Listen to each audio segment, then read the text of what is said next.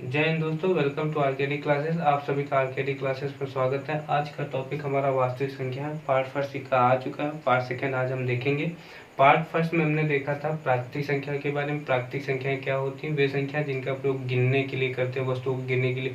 1 2 3 कोई भी वस्तु को गिनना होगा ना, तो 1 से स्टार्टिंग है ना, 1 2 3 4 5 करके, है ना, डॉट डॉट डॉट इन्फिनाइट तक गिनते जा सकते हैं। उसी तरह की प्राकृतिक संख्या के बाद हमने बात की थी पूर्ण संख्या। पूर्ण संख्या क्या होती है? अगर प्राकृतिक संख्या में हम जीरो को शामिल करते तो क्या होता है? वो पूर्ण संख्या हो जाता है।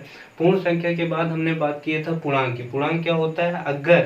अगर पूर्ण संख्या में प्राकृतिक संख्या का ऋणात्मक भाग भी क्या कर लें? शामिल कर लें। पूर्ण संख्या क्या होती है? 0 1 2 3, ठीक, डॉट डॉट डॉट। अब ये पूर्ण संख्या है। पूर्ण संख्या में हम प्राकृतिक संख्या के ऋणात्मक भाग को शामिल कर लें तो वो क्या बन जाता है? पूर्णांक बन जाता है, ठीक है, पूर्णांक। परिमेय संख्या, उसके बारे में बात किया था। परिमेय संख्या क्या होती है? जिन्हें पी बाई क्यू के रूप में लिखा जा सकता है। पी और क्यू क्या होता है? बचपन से रखते चले आ रहे, पी बटे क्यू, पी बटे क्यू। पी मतलब अंश, क्यू मतलब हर। पी मतलब अंश, समझ रहे ना? पी मतलब क्या हो गया? अंश, और क्यू मतलब क्या है? हर। पी अंश होगा और क्यू का होगा? हर होगा। पी और क्यू का होने चाहिए? पूर्णांक होने चाहिए। पी और क्यू का होने चाहिए? पूर्णांक होने चाहिए। क्यू कभी भी जीरो नहीं होना चाहिए, समझ रहे हैं ना? क्यू कभी भी जीरो नहीं होना चाहिए। एक बात और याद रखना कि इधर ये जो पूर्णांक होते हैं, पूर्णांक कितने प्रकार के होते हैं? 2 प्रकार के होते हैं, धनात्मक पूर्णांक और ऋणात्मक पूर्णांक। तो वैसे जीरो को वी पार जो होता है वो क्या होता है? धनात्मक पूर्णांक होता है, समझ रहे हैं ना? जीरो के वी पार राइट हैंड में जो होगा वो क्या होगा? धनात्मक पूर्णांक। और लेफ्ट हैंड में क्या होता है? ऋणात्मक पूर्णांक होता है, समझे कि नहीं? जीरो के इधर जो होगा लेफ्ट हैंड में, जीरो के इधर, ठीक है, तो उसको हम लोग क्या बोलते हैं? ऋणात्मक पूर्णांक बोलते हैं। निगेटिव इंटीजर ये क्या हो गया? Positive integer. और पूर्णांक का हो गया? इंटीजर हो गया। जीरो जो होता है ना तो ये पॉजिटिव इंटीजर होता है, ना तो निगेटिव इंटीजर होता है। कहने का मतलब जीरो ना तो धनात्मक पूर्णांक होता है, ना तो ऋणात्मक पूर्णांक होता है, ठीक है। तो उसके बाद हम बात किए थे परिमेय संख्या की। परिमेय संख्या क्या होती है? पी बटे क्यू के रूप में लिखा जा सकता है। क्यू जहां पर जीरो नहीं होता है, क्यू कभी भी जीरो नहीं हो सकता है। की के बारे में बताया ना, क्योंकि क्यू का हो जाता है अगर जीरो हो गया, ये क्यू अगर जीरो हो गया तो वैल्यू क्या हो जाती है? इन्फिनाइट हो जाती है, समझ रहे हैं ना? अपरिभाषित हो जाती है, परिभाषित नहीं होती है। समझ में आ गई बात की नहीं? तो क्यू कभी भी जीरो नहीं हो सकता। उसके बाद हम बात किए थे अपरिमेय संख्या के बारे में। अपरिमेय संख्या दशमलव के बारे में बताए थे। कोई भी दशमलव संख्या जो होती है वो परिमेय संख्या नहीं होती, लेकिन उसको हम परिमेय संख्या के रूप में परिवर्तित कर सकते हैं, ठीक है। कोई भी दशमलव संख्या परिमेय संख्या नहीं होती है, उसको हम क्या कर सकते हैं? परिमेय संख्या के रूप में परिवर्तित कर सकते हैं। और परिमेय संख्या, समझे, दशमलव 2 तरीके का होता है, बताए थे ना, शांत अशांत। शांत मतलब दशमलव के बाद अगर गिन ले जाओ अंक तो वो क्या हो गया? शांत। और अशांत का होता है जिसके दशमलव के बाद अंक ना गिन पाओ तो क्या हो जाता है? अशांत हो जाता है। इसके बारे में अच्छे से बताएं पार्ट फर्स्ट में, ठीक है। अगर नहीं समझ में आ रहा तो एक बार जाके पार्ट फर्स्ट देखिए पूरा, तो वहां पे शांत अशांत बहुत अच्छी तरीके से बताएं। तो अशांत 2 तरीके का होता है। अशांत भी कितने तरीके का होता है? 2। अशांत आवर्ती दशमलव, अशांत अनावर्ती दशमलव। तो जो अशांत अनावर्ती दशमलव होता है, ठीक है, वो क्या होता है? अपरिमेय संख्या होती है। अगर आपका नहीं समझ में आ रहा तो ऐसी जैसे रूट वाली जितनी भी संख्या हो, √2, √3, √5, है ना, √6, √7, √8, समझे ना? पूर्ण वर्ग संख्या ना लिखी हो। पूर्ण वर्ग संख्या अगर आपका नहीं पता है, ठीक है, तो एक बेसिक मैथ का जो हमारा सीरीज चल रही है उसमें जाके आप देख लो कि पूर्ण वर्ग संख्याएं क्या होती हैं। समझे? जैसे 4 होगा, 1 होगा, 4 होगा, 9 होगा, ये सब कहाँ है? पूर्ण वर्ग संख्याएं होगी। 16, 25, ये सब कहाँ है? पूर्ण वर्ग संख्याएं हैं, ठीक है। ये फिर अगर नहीं समझ में आ रहा पूर्ण वर्ग संख्याएं क्या होती है, तो हमारा जो चल रहा है बेसिक वाला, उसमें जाके देखिए, बहुत अच्छी तरीके से हमने वहां पे समझाया कि पूर्ण वर्ग संख्याएं क्या होती है, ठीक है। तो जितनी भी रूट वाली वैल्यू होती है वे सब क्या होती है? अपरिमेय संख्या होती है। परिमेय संख्या तथा अपरिमेय संख्या के समूह का हम लोग क्या बोलते हैं? वास्तविक संख्याएं बोलते हैं। तो वास्तविक संख्या तक का हम लोग पहुंच चुके हैं। उसके बाद सम के बारे में बताना है, विषम के बारे में बताना है, भाज्य अभाज्य ये सब बता दे रहे हैं, ठीक है। और सहभाज्य एक चीज होती है, सहभाज्य भी याद रख लेना। ऐसी 2 संख्या है, 2 संख्या या 2 से ज्यादा संख्या हुए, ठीक है, जिनका HCF 1 हुए। समझ रहे हैं ना? HCF कितना होना चाहिए? 1 होना चाहिए। मतलब उनका मासा कितना होना चाहिए? 1 होना चाहिए। तो उनको हम लोग क्या बोलेंगे? क्या बोलेंगे? सहभाज्य बोलेंगे, सहभाज्य। समझ रहे हैं ना? क्या बोलेंगे? सहभाज्य। भाज्य, समझ रहे हैं ना। सहभाज्य का होता है जैसे 2 और 3, ठीक है। तो अगर इनका HCF मतलब मासा निकालेंगे तो कितना आएगा 1, ठीक है। 9 और 10 हो गया, ठीक है। तो इनका HCF कितना आएगा 1, 2 और 5 हो गया, तो इनका HCF कितना आएगा 1। बहुत सारी ऐसी संख्याएं हैं जिनका HCF कितना आएगा 1 आएगा, ठीक है। समझ में आ रही बात की नहीं? तो इतना समझ गया ना, ठीक। आज हम अगर नहीं समझ में आ रहा तो पार्ट फर्स्ट देख लीजिए एक बार, रिक्वेस्ट कर रहे हैं आपसे। पार्ट फर्स्ट पहले आप देखिए, उसके बाद आके पार्ट सेकंड देखिए, तब आप पार्ट सेकंड बहुत अच्छी तरीके से समझ में आएगा। आज हम एक इम्पॉर्टेंट बात बताएंगे, यूक्लिड विभाजन प्रमेयिका, प्रेमिका या प्रमेयिका, ठीक है। वैसे प्रमेयिका होता है लेकिन प्रेमिका प्रेमिका करके हम समझाते हैं अच्छे से, ठीक है। तो हम देखते हैं आज यूक्लिड विभाजन प्रमेयिका, सॉरी प्रेमिका, लेमका बोलते हैं, लेमा लेमा सॉरी, है ना। यूक्लिड एक मैथमेटिशियन रहे, समझे कि नहीं, यूनान के ही यूक्लिड विभाजन प्रमेयिका, समझे, यूक्लिड विभाजन प्रमेयिका। अब हम इनके बारे में देखो, इनका तो समझेंगे ही, ठीक। ये एक गणितज्ञ ही, मैथमेटिशियन है। प्रमेयिका के बारे में बताओगे थोड़ा बहुत, प्रेमिका प्रमेयिका सॉरी, ठीक है। विभाजन मतलब बांटना कोई चीज का, ठीक है, डिवाइडेशन बोल सकते हो आप, है ना। तो अब देखो जो एक बहुत बड़ा सा टॉपिक लागत है यूक्लिड विभाजन प्रमेयिका, लेकिन है कुछ नहीं, हम बच्चे बचपन में पढ़ चुके हैं, ठीक है। जब कक्षा 4-5 में रहे हो ना आप लोग, तब बहुत दिन समय पढ़े लिए हो आप। हम आपको बताई था कि कैसे हम बच्चे बचपन में पढ़ लिए। देखो अगर मान लो थोड़ी देर के लिए हम कोई चीज मान लें, जैसे 2 है, 2 का हम क्या करते हैं 5 से डिवाइड करे जा रहे हैं, ठीक है। 2 से 5 का हम क्या कर रहे हैं डिवाइड कर रहे हैं, तो कितने बार में जाएगा आपको पता है, 2 बार में जाई। बचपन में करें ना है, छोट मोट सवाल है, शेषफल 1 आ जी, इमा कब की बड़ी बात है, कोनो बड़ी बात रही नहीं रही। देखो अब इमा जो, अब यहाँ थोड़े मुद्दे की बात देखो, ये जो होता है इसको हम लोग क्या बोलते हैं भाजक, इसको क्या बोलते हैं भाजक। बिचौनिया में जो होता है उसको क्या बोलते हैं भाज्य, उसको क्या बोलते हैं भाज्य। और ये वाला क्या होता है भागफल, कहाँ ये क्या बोलते हैं भागफल। और नीचे जो आता है इसको क्या बोलते हैं शेषफल, है ना। तो छोड़ में जब रहे ना मंचे, तो कक्षा 4-5 में सची बताई नहीं रहे, देखो याद करो, भाज्य बराबर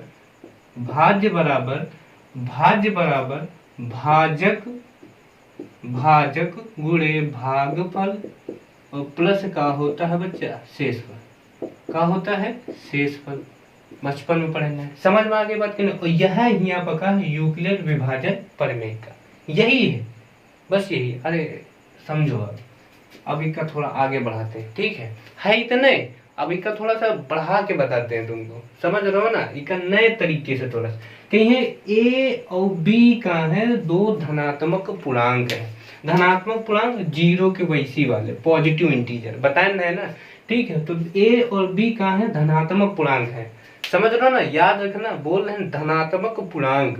तो ये बात का जरूर याद रखना कि यूक्लिड विभाजन प्रमेयिका में सबसे पहले क्या बताओ गया कि ए और बी का है धनात्मक पूर्णांक है, ठीक है। जहां पर हम मान रहे हैं कि ए बड़ा होगा और बी का होगा छोटा होगा। जोनी तरफ का चिमटा का मुंह खुला हुआ वो क्या होता है बड़ा होता है, समझे। जोनी तरफ जो मुंह खुला हुआ है वो क्या होता है बड़ा होता है, समझ में आगे बात की नहीं।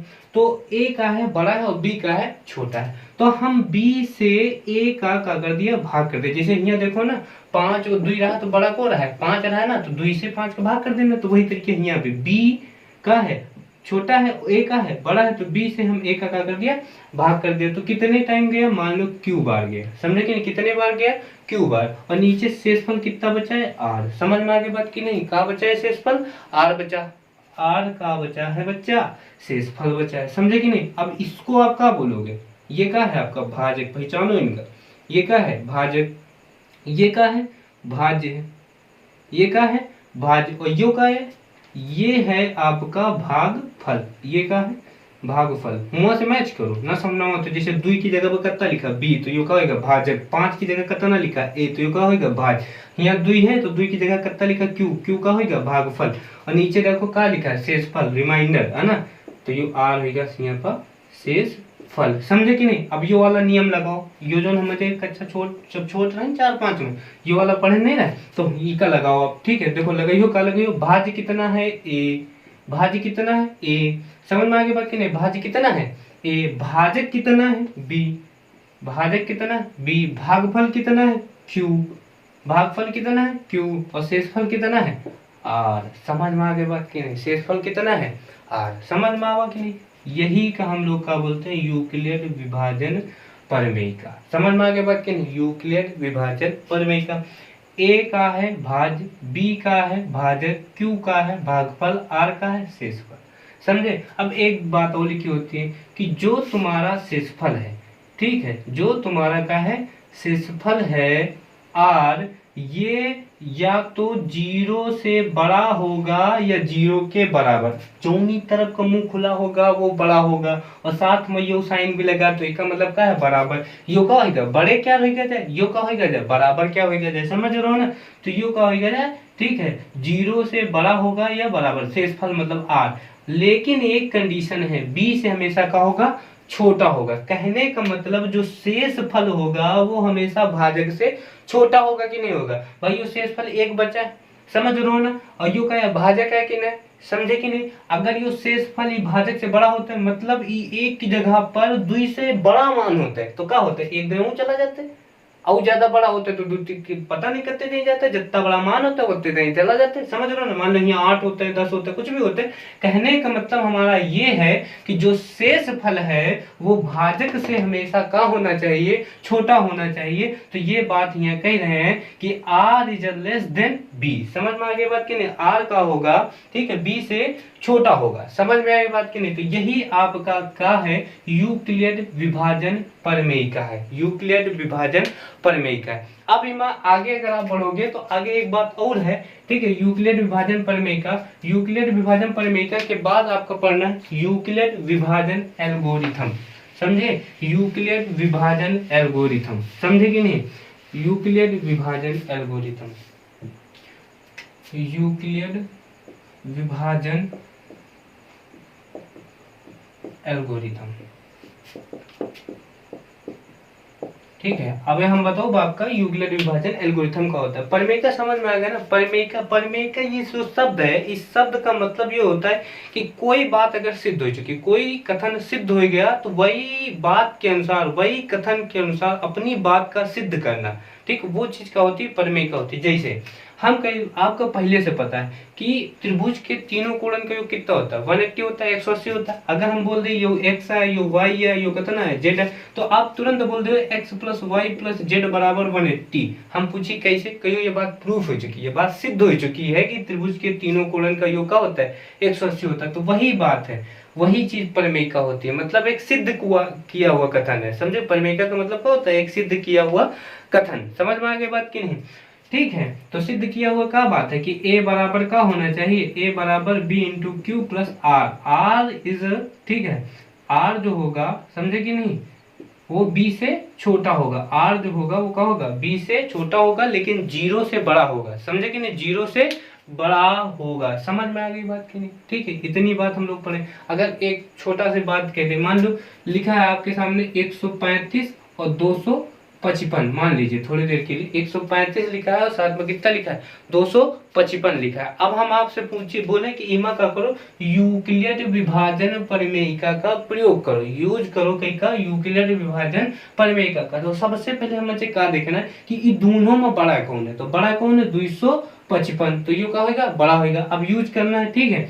तो यूज करने के लिए हम क्या करेंगे, यूक्लिड विभाजन प्रमेयिका का यूज करना है। तो 135 डिवाइड, ठीक है, 255 कितने टाइम में जाएगा, समझे कि नहीं, कितने टाइम में जाएगा, 2 टाइम में नहीं जाएगा, 1 टाइम में ही जाएगा। समझे कि नहीं। तो कितना हो गया 135। समझ में आएगी बात ही नहीं। घटाइए कितना बचेगा, 5 में 5 गया 0, 5 में 2 3 गया तो कितना बचेगा 2, 1 में 2 गया तो कितना बचेगा 1, कितना बचा 120 बचा। समझ में आ गई बात की नहीं, कितना बचा 120। अब यहाँ प्रमेय का लिखा है, ठीक है, ये स्टेप फर्स्ट होगी, चरण फर्स्ट या स्टेप फर्स्ट बोल सकते हो। देखो होगा का कि 255 आपका क्या है भाज्य है, तो भाज्य बराबर, ठीक है, भाज्य बराबर भाजक गुणे भागफल और प्लस कितना हो गया शेषफल। बस ये लगा दिया आपका यूक्लिड विभाजन प्रमेय का। समझे, ये क्या हो गया, यूक्लिड विभाजन प्रमेयिका। अब इसी प्रमेयिका का अगर बार बार आप यूज करें, कई बार यूज करें, समझे, तो वो क्या हो जाता है, यूक्लिड विभाजन एल्गोरिथम। अगर यही हम कई बार यूज करें तो क्या हो जाएगा, यूक्लिड विभाजन एल्गोरिथम। यहाँ एक स्टेप में करें तो क्या हो गया, यूक्लिड विभाजन प्रमेयिका हो गया। अब हम क्या करें, अगर 120 से जो शेषफल है, शेषफल अपनी जगह पर रहेगा और भाजक उठ के यहाँ फिर से आएगा, तरीका याद रखना, ठीक है। तो ये क्या हो गया, 135 आ गया, ये क्या हो गया, 120। अब 120 आपका भाजक हो गया, 135 आपका क्या हो गया, भाजक। कितने बार जाएगा बच्चा, एक बार जाएगा। तो आप घटाइए तो कितना बचेगा, ये 5 आया, 3 में 2 गया तो कितना बचा, 15। समझे कि नहीं, कितना बचा, 15। अब यहाँ पे फिर से लिखिए, स्टेप सेकंड में आपने क्या किया, स्टेप सेकंड में 135 हमारा भाज्य था, भाज्य बराबर भाजक गुणे 120 गुणे, ठीक है, 1 प्लस, ठीक, शेषफल कितना आया, 15 आया। समझ में आ गई बात की ना। तो 135 बराबर, ठीक, 135 बराबर 120 गुणे प्लस 15। समझ में आ गई बात की नहीं। फिर आप 15 से करिए 120 को, समझे कि नहीं। तो कितने बार जाएगा ये, कितने बार जाएगा, 8 बार में, ठीक है। तो 15 ठीक कितना हो गया, 120, समझे। तो तीसरा हो गया, तीसरा क्या हुआ, थर्ड स्टेप क्या हुई, 120 बराबर 15 गुणे 8 प्लस आर कितना हो गया, 0। और जब आर आपका 0 हो जाए तो वहीं पर इन चरणों की क्या हो जाती, समाप्ति हो जाती। इसमें कितने चरण है, 1 2 3 करके। तो जब एक से ज्यादा बार यूज करोगे तो वो क्या हो जाएगा, आपका यूक्लिड विभाजन एल्गोरिथम हो जाएगा। और एक बार अगर इस्तेमाल करते हैं तो क्या होता है, यूक्लिड विभाजन प्रमेयिका होती है। तो कुल मिला के यूक्लिड विभाजन प्रमेयिका का ही लोग बाग का कहते हैं यूक्लिड विभाजन एल्गोरिथम कहते हैं। काहे, क्योंकि बार बार अगर यूक्लिड विभाजन प्रमेयिका का प्रयोग करोगे तो वो क्या हो जाता है, यूक्लिड विभाजन एल्गोरिथम हो जाता है। इतनी बात में कोई डाउट नहीं होना चाहिए, ठीक है। अब यही का यूक्लिड विभाजन प्रमेयिका बोलिए या फिर बोलिए आपसे यूक्लिड विभाजन एल्गोरिथम का प्रयोग करके दी हुई संख्याओं का एचसीएफ ज्ञात करो, मतलब मासा ज्ञात करो, हाईएस्ट कॉमन फैक्टर ज्ञात करो, ऐसा समझ में आई बात की नहीं। तो कुछ सवालन का हम आपका जो कि मतलब आपके एनसीईआरटी से बेस्ड है, उनका हम आपका दिखा रहे हैं कि एचसीएफ कैसे निकाला जा सकता है, ठीक है। और अगर ना समझ में आया हो तो भैया कमेंट कर दो एक बार, आप हम अच्छी तरीके से एक बार और कोशिश करेंगे समझाने की, लेकिन पूरी कोशिश एकदम लगा रहे हैं, समझ में आना चाहिए, ठीक है। चलिए देखते हैं 4052 तो 12576, इसको क्या करना, विभाजन एल्गोरिथम, यूक्लिड विभाजन एल्गोरिथम के प्रयोग से इसका क्या करना है, एचसीएफ निकालना है, ठीक है। चलो निकालते हैं। तो देखिए 4052 और 12576, इन दोनों में बड़ा कौन है, तो बड़ा कौन है, 12576। तो 12576 को, ठीक, हम 4052 से भाग करेंगे। समझ में आई बात की नहीं, 4052 से भाग करेंगे तो कितने बार में जाएगा, तो 4 3 12, लगभग 3 बार में जाएगा, ठीक है। तो 3 दूनी 6, 3 पची 15 का 5, हासिल आवा 1, ठीक है। 3 0 0 1 हो गया, 3 चौक कितना हो गया, 12। समझ में आई बात की नहीं, कितना हो गया, 12। 6 में 6 गया तो कितना बचेगा, 0। 5 में 7 में 5 गया तो कितना बचेगा, 2। 5 में 1 गया तो कितना बचेगा, 420, है ना। अब इसको विभाजन वो परिमेयिका के रूप में लिखिए। तो परिमेयिका क्या बोलती है, पहले भाज्य लिखो, भाज्य कितना है, 12576 बराबर भाज्य, उसके बाद क्या है, भाजक, भाजक कितना है, 4052 गुणे भागफल, भागफल कितना है, 3 प्लस शेषफल कितना है, 420।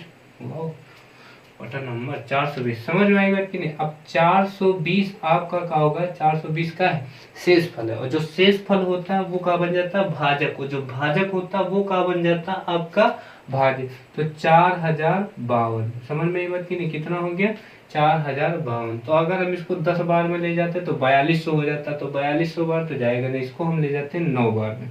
समझे, कितने बार में, 9 बार में। तो 9 0 हो 0, 9 दूनी 18 का 8, हासिल आवा 1, 9 चौक 36 1 37, समझे, कितना हो गया, 3780, ठीक है। तो घटाइए कितना बचेगा, 2 2 2 2, ये हो गया 15, 15 में आ गया कितना बचेगा, 7।